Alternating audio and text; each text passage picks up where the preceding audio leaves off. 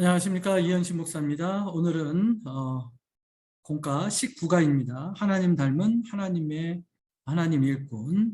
말씀은요, 고린도전서 3장 1절에서부터 21절 말씀까지입니다.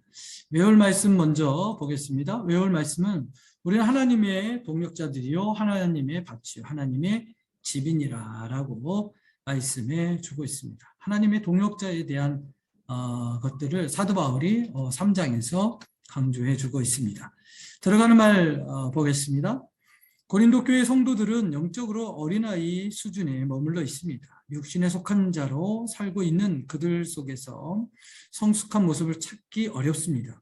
그들의 미성숙은 바울을 좋아하는 이들과 아볼로를 따르는 이들이 서로 용납하지 못하였고 심지어 서로 시기하고 다투기까지 하였습니다. 분열된 교회의 모습을 하나인 것을 인지시켜 주고자 하는 바울의 마음입니다. 라고 하는 들어가는 말 서론에 해당되고 있습니다. 여러분, 고린도 전서는 고린도 교회에 문제가 있어서 사도 바울이 이것을 해결하기 위해서 그들에게 편지를 써서 보내게 되죠. 1장에서 이미 분쟁되어져서 분파로 나눠지고 나는 이쪽이다 저쪽이다라고 하면서 서로가 계파를 이루었던 것을 보게 됩니다. 세례 문제 가지고 교회가 나눠지게 된 것을 이야기하고 있죠. 그렇기 때문에 그 문제가 오늘 이 3장에서도 역시 마찬가지로 동일하게 등장하게 됩니다. 바로 그런 문제 먼저 풀면서 내용들을 쭉 설명해 드리도록 하겠습니다. 1번 문제는요, 영에 속하지 않고 육에 속한 자들에게 보이는 두 가지 모습은 무엇입니까? 라는 게 1번의 문제입니다. 여러분, 3절 말씀에 보면 너희는 아직도 육신에 속한 자로다 라고 이야기를 하고 있죠. 그러면서 너희 가운데 시기와 분쟁이 있으니 어찌 육신에 속한 사람을 따라 행함이 아니리오 라고 이렇게 말하고 있습니다. 사도 바울이 여기서 반복되어지는 단어를 보면 육신에 속한 자로다, 어찌 육신에 속하여 라고 하는 이 표현을 해주고 있습니다. 여러분, 이 육신에 속한 것은요, 여기뿐만이 아니라 3장 1절에도 형제들아 내가 신령한 자들을 대함같이 너에게 말할 수 없어서 육신에 속한 자 곧 그리스도 안에서 어린 아이들을 대함과 같이 하노라 라고 이렇게 이야기하고 있죠. 여러분, 육신에 속한 자라고 왜 사도 바울이 이야기를 했을까요? 그것은요, 분쟁과 다툼이 있는 고린도 교회 성도들을 영적으로 미숙한 자들이라고 말하기 위해서 육신에 속한 자라고 하는 이런 표현을 씁니다. 그들은요, 성령을 쫓아 살지 않고 자신의 인간적인 욕망을 쫓아 살았기 때문에 그렇습니다. 그래서 1절에서 신령한 자를 대함과 같이 너희에게 그렇게 말할 수 없고 육신에 속한 자, 곧 어린아이와 같이 내가 대하면서 이야기할 수밖에 없다라고 사도 바울이 이야기하죠. 그 이유는 3절에서도 또 등장하지만 시기와 분쟁이 그 가운데 있기 때문에 그렇습니다. 여러분, 그리스도인의 영적 공동체에 어울리지 않는 세상 사람들의 행동을 하고 있기 때문임을 사도 바울은 말하고 있습니다. 이런 분쟁과 그 다음에 시기는요, 3절 말씀에 보면 어찌 육신에 속한 사람을 따라 행함이 아니리오라고 이렇게 이야기하고 있죠. 여러분, 여기서 행한다라는 것은요, 걷는다라는 의미가 담겨져 있습니다. 삶을 살아가는 것 또는 삶의 방식을 뜻하고 있지요. 그리스도인은 성령이 없는 세상 사람들의 삶의 방식을 본받아 성령이 없는 사람들처럼 살아가서는 안 된다는 그런 뜻을 가지고 있습니다. 고린도 교인들이 세상 사람들과 같은 시기와 분쟁을 가지고 있기 때문에 이런 안타까움을 가지고 사도 바울은 그들에게 책망을 하고 있는 거죠. 여러분, 그렇다면 이 고린도 교회 성도들이 사람을 따라 행하는 것이 아니라 누구를 따라서 행해야 할까요? 그것은요, 예수님을 따르는 삶을 살아가야 합니다. 여러분, 그래서 이들을 육신에 속한 자들이라 이렇게 사도 바울이 표현했습니다. 여러분, 그래서 이 1번 문제는 영에 속하지 않고 육신에 속한 자들에게 보이는 두 가지의 모습은 시기와 분쟁이라고 우리가 이렇게 설명할 수 있습니다.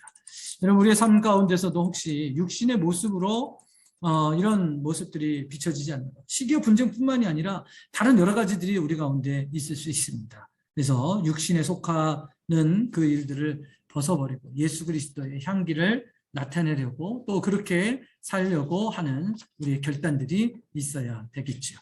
2번 문제로 가겠습니다. 2번은요, 고린도 교회 교인들은 하나님의 받침과 동시에 하나님의 집입니다. 그리고 바울과 같이 무엇이라고 말하고 있습니까? 다시 이야기하면 사도 바울은 하나님의 밭이요 집이라고 설명을 하는데 또 사도 바울이 표현하고 있는 다른 것은 무엇이냐라는 질문이 여기에 해당되고 있죠. 9절 말씀에 보면 우리는 하나님의 동역자들이요라고 이렇게 표현을 해주고 있습니다. 그러면서 우리는 하나님의 동역자, 너희는 하나님의 밭이고 우리의 집이다 라고 이렇게 이야기를 해주고 있죠.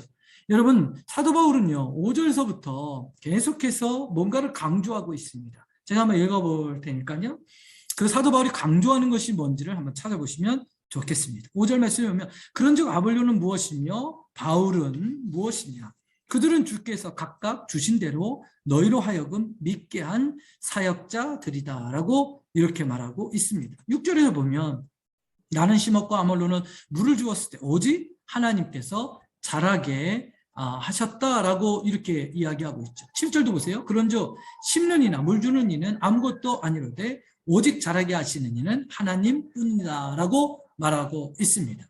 여러분, 6절에서부터 아볼로와 자신의 사역의 다름을 언급해주고 있죠.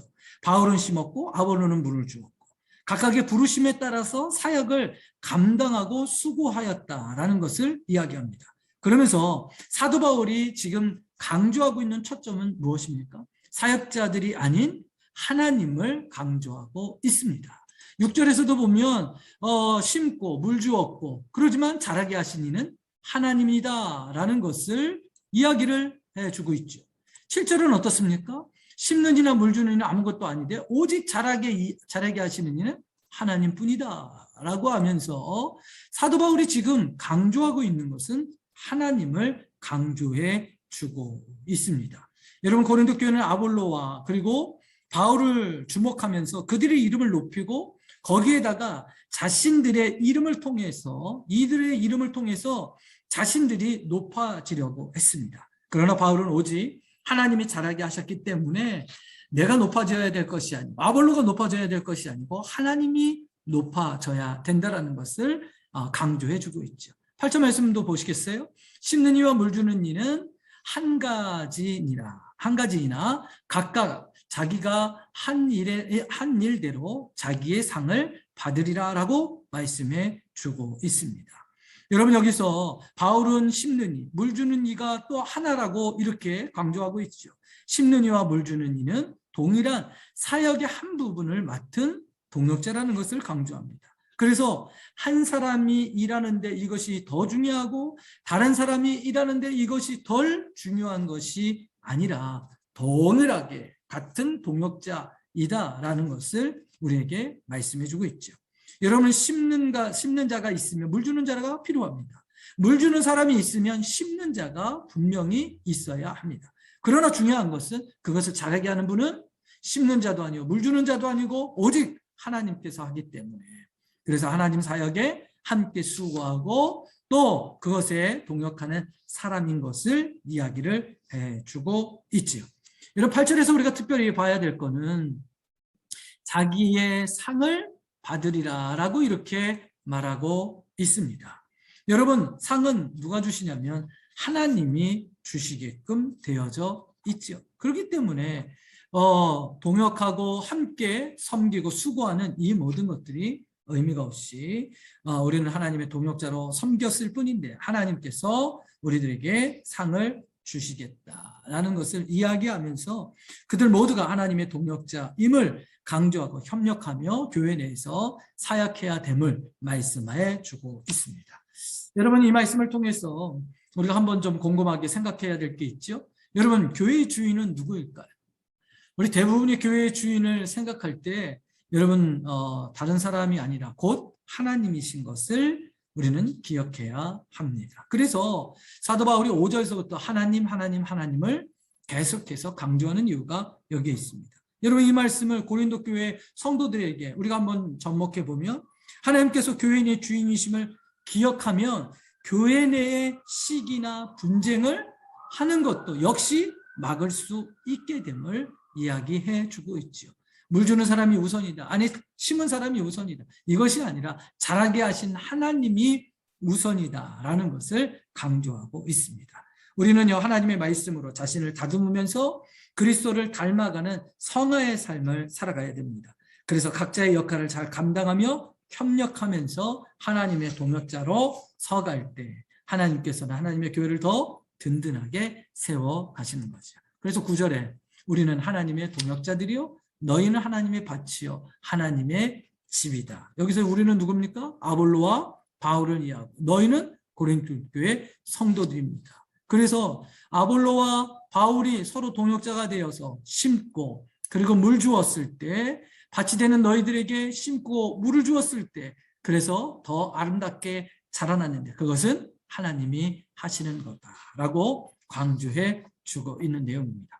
여러분, 그럼 이번에 답은 어떻습니까? 고린도 교회 교인들은 하나님의 밭과 밭임과 동시에 하나님 집입니다. 그리고 바울은 바울과 같이 무엇이라고 말할 수 있냐면 동역자라고 우리가 이야기할 수 있는 거죠. 하나님의 동역자입니다.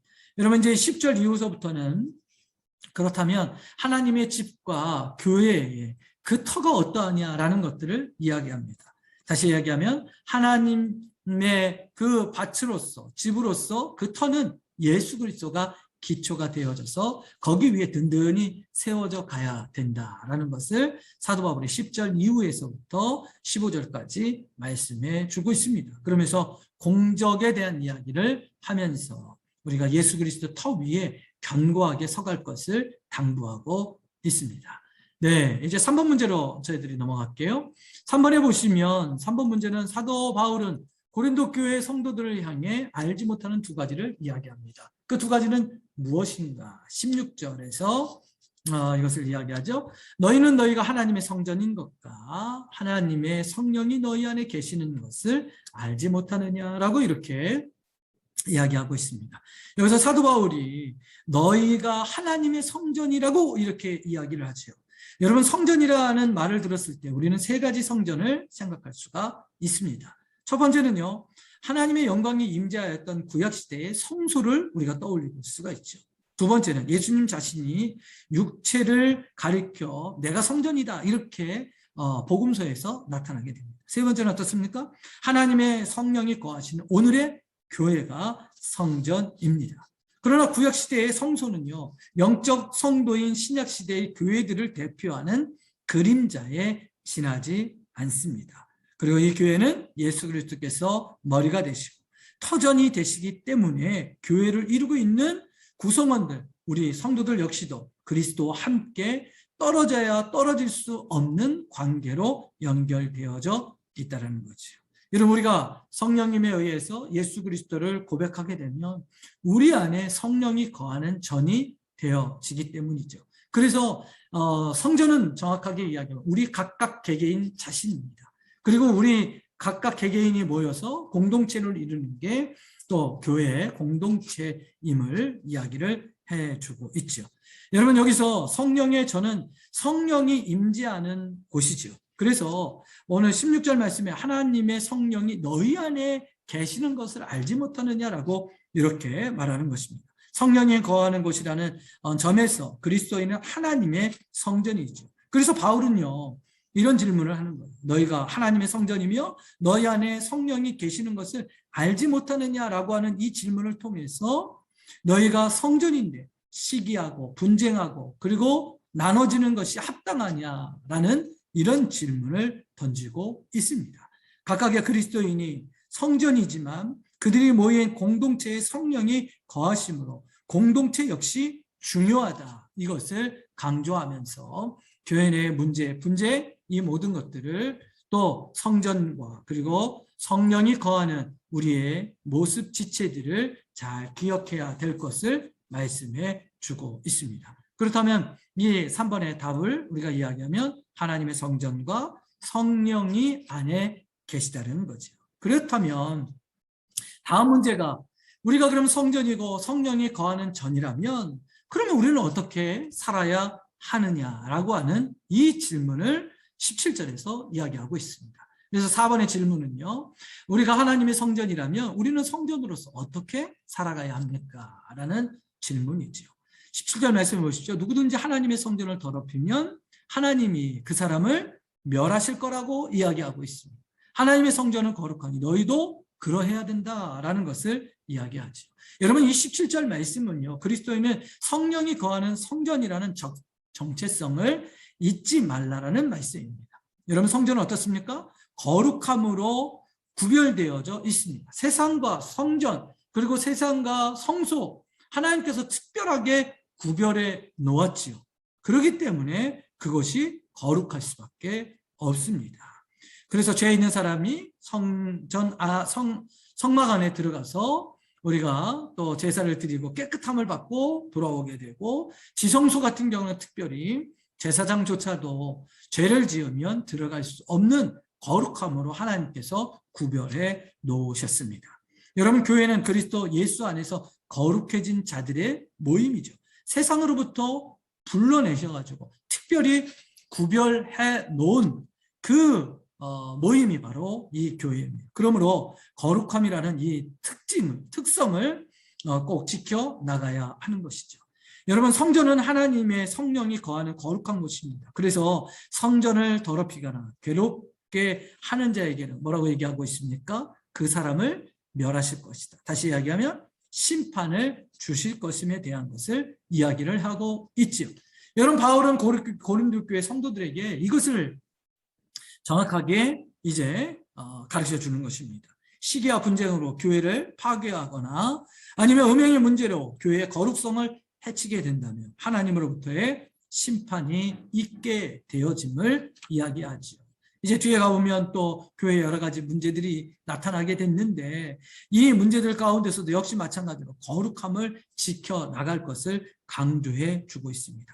여러분 고린도 성도들을 바울이 하나님의 성전이라고 부르는 것에도 또 나름대로의 이유가 여기에 있죠. 그것은 뭐냐면 거룩함을 지켜가게 하기 위함입니다. 교회가 바울이나 아볼로의 소유가 아니며 영향력 있는 어느 분파의 소유도 아니라는 것을 말씀하면서 성전은 하나님의 성령이 거하시는 하나님의 소유물이기 때문에 그래서 교회의 거룩함을 해치는 일은 하나님으로부터 범죄를 받게 되어지고 하나님으로부터 또한 책망을 받게 되어지고 심판을 받게 되어진다는 것을 사도 바울이 강조하며 교회 내에서 여러 가지의 거룩함들을 지켜갈 것을 강조해 주고 있습니다. 여러분 레위기 11장 44절에 보면 내가 거룩하니 너희도 거룩하라 라고 하면서 우리가 세상 가운데서 어떻게 살아가야 할 것인가를 정확하게 이야기를 해주고 있습니다. 자, 여러분들의 삶에서 과연 성전답게 얼마나 거룩함으로 살아가고 있는가 이것들을 또 이 4번 문제를 푸시면서요 또 점검해 보시면 좋을 것 같습니다. 뒤에 또 적용하기와 나누기를 통해서 우리가 어떻게 거룩한 삶을 살 것인가를 또 묻고 있습니다. 그것을 또 살피면서 내용을 또 정리해 보도록 하겠습니다. 자, 4번의 답을 이야기한다면 거룩해야 합니다. 라고 이야기할 수 있죠. 여러분 생각하기는요. 우리가 흔히 부모와 자녀가 붕어빵이라고 하는데 이것은 자식의 생김새나 말투, 태도가 부모와 닮은 것을 보고 말한다는 거죠. 그 이유가 뭐냐면 부모의 DNA가 발현되기 때문이다라는 것입니다. 그렇다면 하나님의 형상으로 우리가 지음받았던 우리라면 어떨 것이냐. 역시 마찬가지로 하나님의 DNA가 발현되어야 한다라는 것을 이야기하면서 하나님의 형상으로 지음받은 우리가 하나님의 모습, 특별히 거룩함을 또 이루어 가야 함에 대한 것으로 생각회의 내용과 공과의 전체적인 것들을 정리해 주고 있습니다. 자, 그러면 적용하기 한번 보겠습니다. 우리는 하나님의 성전입니다. 이 성전을 더럽히지 않기 위해 어떤 삶을 살아야 할까요? 라는 거죠. 여러분 거룩한 삶을 살기 위해서 참 우리가 쉽지 않은 도전들이 여러 가지가 있지요. 사회에서 또 직장에서 가정에서 우리가 믿지 않는 사람들과 만날 때 참 이 거룩을 지켜간다는 것은 쉽지 않습니다. 너무 구별된 존재라면 그들과 이질감이 생길 것이고, 그리고 또 그들과 동요된다면 별반 다를 것 없네라고 이렇게 생각할 수 있습니다. 그러나 삶 가운데서 우리가 하나님의 거룩한 존재로 구별 지을 수가 있다는 거죠. 악을 악으로 갚지 않는 경우, 그리고 또 우리가 선한 말, 긍정적인 말, 도움의 말, 사람을 격려하는 이런 차원이 된다면 우리의 모습이 달라질 수 있다는 겁니다. 여러분, 사랑으로 우리 사람들을 함께 섬겨간다면 거룩함들이 그 가운데 드러나게 되어져 있고, 또 하나님 되심이 드러날 수 있고 믿음이 증명되어져 갈 수 있습니다. 2번입니다. 하나님의 성전은 거룩하니 너희도 그러하니라 라고 말하면서, 그렇다면 거룩함을 나타내기 위해서 어떻게 해야 합니까? 여러분, 여기서 한 가지 좀 이렇게 실천해 보시면 좋겠어요. 이번 한 주간 동안 내가 믿지 않는 자들에게 친절을 베풀어 보겠다. 아니면 긍정의 말을 해보겠다. 격려의 말을 해보겠다. 라고 하는 이런 것들. 아니면 내가 가지고 있는 것, 작은 것 나눠주는 이런 삶을 살아보겠다. 라고 하면서 구별된 존재답게 우리가 삶에서 실천해 보시면 좋을 것 같습니다. 나누기입니다. 하나님의 동역자들이라는 말을 들으면 어떤 생각이 드십니까? 이런 우리가 이런 경우들 많이 있지요. 또한 기도할 때도 있죠. 우리는 하나님의 동역자입니다. 라고 하는 이런 표현들을 사용하게 되고, 또 우리가 사역 가운데서 이렇게 이야기를 들을 때가 있습니다. 여러분, 이 동역자란 말을 들을 때 어떤 생각이 드나요? 저도 역시 마찬가지로 목회자이긴 하지만 그래도 하나님의 사역을 함께 동역하는 모습 가운데 있습니다. 여러분, 동역이라는 건 파트너십이죠. 그러다 보니까 나의 모습이 상대가 드러나질 수밖에 없습니다. 내 모습이 하나님의 드러날 수밖에 없다는 거죠. 그러다 보면 여러분 신중할 수밖에 없어요. 그래서 저는 이 하나님의 동역자 이런 말을 듣게 되면 성실해야겠구나, 그리고 신실해야겠구나, 충성돼야겠구나, 말 한마디에도 절제해야겠구나 라는 이런 단어들이 떠오르게 됩니다. 여러분들도 한번 좀 적어보시죠. 하나님의 동역자라고, 나는 하나님의 동역자야 라고 하면 어떤 생각들이 드는지를 적어보시면 좋을 것 같습니다. 네, 두 번째 나누기입니다. 봉사하는 부서가 분열되어진 일이 있습니까? 왜 분열이 되었습니까? 라는 질문이죠. 여러분, 이 분열되어지는 걸 보면 자기 이기심들이 참 많이 보여질 때가 있습니다. 내 주장을 관철시켜야 되기 때문에 그렇죠. 그러다 보면 의견이 충돌하면 싸움이 될 수밖에 없고, 그리고 그것이 점점 커져서 이제 나눠질 수밖에 없습니다. 그러면 여기서 필요한 건 뭘까요? 사랑이 빠지면요, 이 분열할 수밖에 없고, 그리고 서로가 서로를 존중해 주지 못하게 됩니다. 다른 사람을 나보다 귀하게 여기면 여러분 절대 분열할 수가 없습니다. 그럴 수도 있지. 그리고 저분이 지금은 이래도 또 멋지게 성장할 거야 라고 하는 이 사랑의 마음들이 있다면 여러분 절대 분열할 수가 없습니다. 이런 것들을 생각하면서 교회를 어떻게 아름답게 세워갈 것인가, 이런 것들을 곰곰이 정리하시고 또 여러분들의 삶에 적용해 보시면 좋을 것 같습니다. 네, 오늘은 이 과를 저희들이 살폈습니다. 19과를 살피면서 하나님 닮은 하나님의 일꾼이라는 것을 저희들이 살펴봤는데, 우리 모두는 하나님의 동역자라는 것을 기억하시면서 여러분에게 맡겨진 직분 잘 감당하셔서 하나님 앞에 영광이 되어지고 또 충성된 종이나 칭찬 듣는 우리 모든 성도님들이 되어지시기를 예수님의 이름으로 축원하고 또 응원합니다. 네, 제가 기도하고 마치겠습니다. 하나님 아버지 감사합니다. 우리를 사랑하여 주셔서 하나님의 동역자로 세워주시며 너무나도 감사합니다. 부족하지만 연약하지만 그래도 하나님의 동역자로 우리들에게 허락하여 주셨는데, 이 벅찬 가슴을 안고 우리에게 맡겨진 직분 잘 감당하는 모두가 될 수 있도록 인도하여 주시옵소서. 코로나 상황 가운데 어려움에 처해져 있습니다. 디아스포라의 삶을 사는데 각자의 위치에서 거룩함을 지키며 살아갈 수 있도록 도와주시고 하나님의 풍성한 은혜를 더 많이 누릴 수 있는 기회가 되게 하여 주옵소서. 그리하여 꽃동성교회를 아름답게 세워가게 하시고 교구를 아름답게 세워가게 하시고 또 구역을 아름답게 세워가는 은혜와 복이 우리 가운데 넘쳐나게 하여 주옵소서. 모든 걸 하나님께 감사드리며 사랑 많으신 예수님의 이름으로 기도 올리옵나이다. 아멘. 네, 감사합니다. 오늘 19가 이렇게 해서 마치도록 하겠습니다. 또 다음에 뵙도록 하겠습니다. 감사합니다.